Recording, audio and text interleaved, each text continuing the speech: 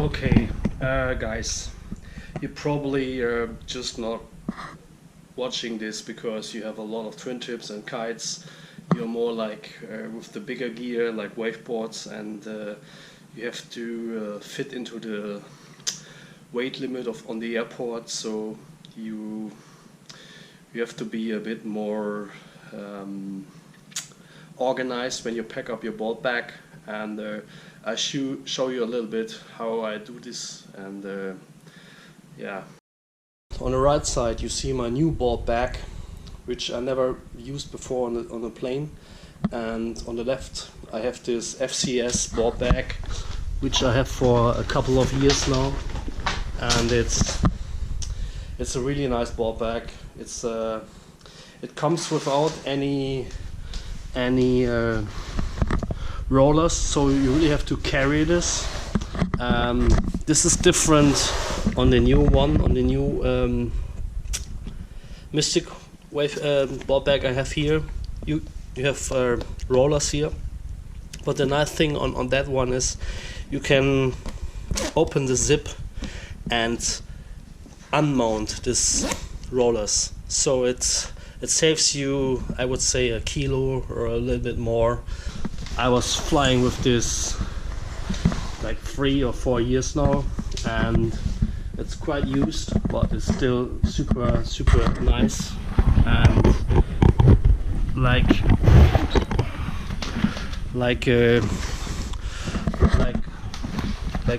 board bags, this is really heavy stuff. It's very nice, has very nice protection. It's very thick, so, and it just have some compression zips in the board bag.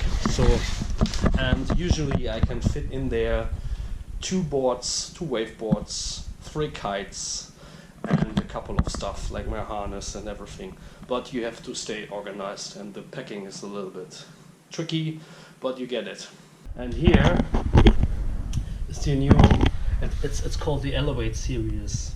It's not that thick, it's much more lighter material, so, and that's the reason you have to be a bit more aware that you protect your stuff right and you pack up right your stuff. Normally I place the my harness I place on the top, and to protect the boards here, this is the tail of the board, and so if the board bag gets hit somehow during the transport, you not get the damage here at the tail of the board. Also, make sure that you place a kite below, at the bottom of the board, of the bag, and yeah, that you already have kind of protection here. And the same goes for the end of the board bag. Here we have my hoodie, and also the hook of the harness.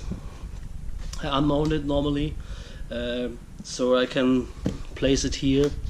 Doesn't do any damage to the board bag when I place it like this, and the hoodie protects the noses of the board bag, of the boards. And yeah, here I have my kites. I really remove all the air from the kites, and I use the compression straps from the board bag to fix them just a little bit right now. And this gives your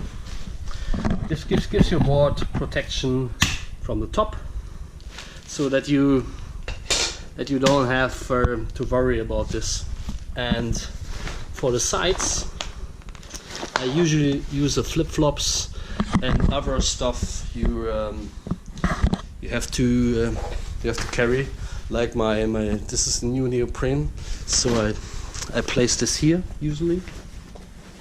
And what you have to do, like, use the compression straps and fix the Neopren a bit, so you have to, like, a little bit extra cushion to to protect the sides of your boards.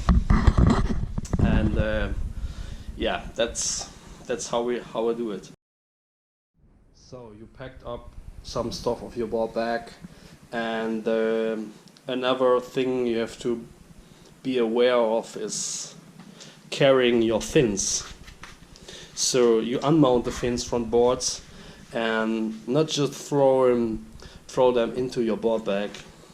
What you should do is protect them somehow. I got this small fin bag, and it's kind of neoprene, and you can wrap it in a towel, whatever. Just make sure that the sharp fins not flying around in your board bag. So put them in something like this, and I also would recommend that you place them somewhere where they stay fixed while traveling. So for example, you place them here and you're done. So alright, and now we use the scale to measure how much kilos we got in the board bag. And yeah, let's do it. So it's always a bit tricky because you should take care that your rolls not touch the ground, so that the weight is really evenly distributed, placed on the scale. So let's turn on the scale. Just push. Just take the board back. Measure it, and still make sure that you can read something.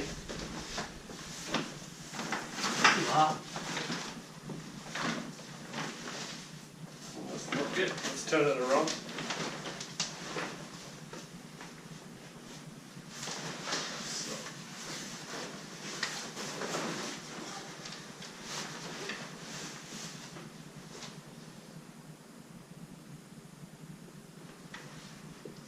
So this is like 31 kilos. I have 32, so that's good. And we still can take off the wheels, so we can sheet a bit on the airport.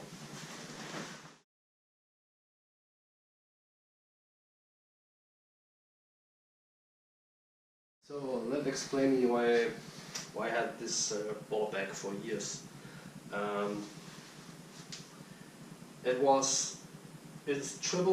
It's a triple board bag with very nice protection to the boards, which makes it itself a little bit heavier compared to the other one.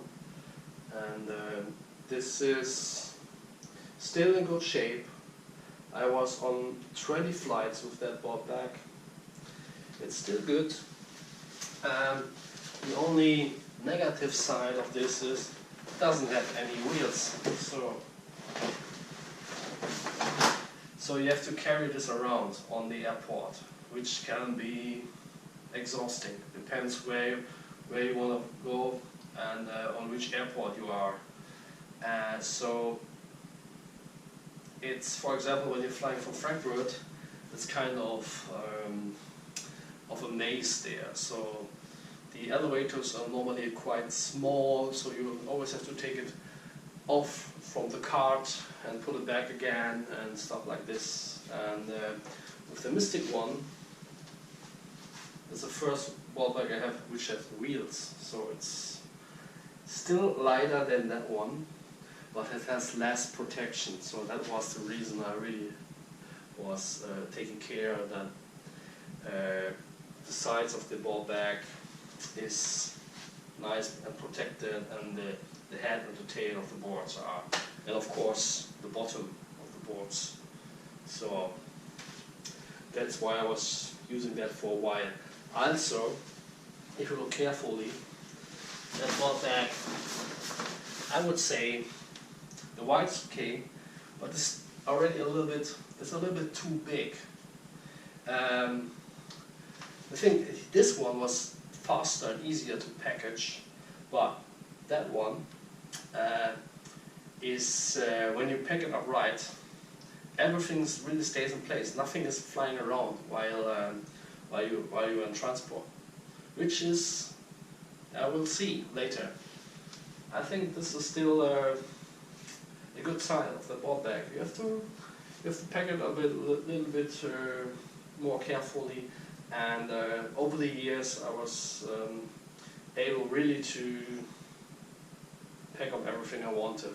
So I was trying out different things, and also when you want to travel it, if you want to carry it, you want the ride to be evenly distributed, not that the one side of the board bag hangs like this or this. When you're already had an overnight flight and you have to deal with all this in the morning, and you have to wait for the next flight or whatever, it's not very nice. So take care in the beginning when you pack up your board bag that everything is really nice packed up, and you know the weight of the board bag. So let's give that a try.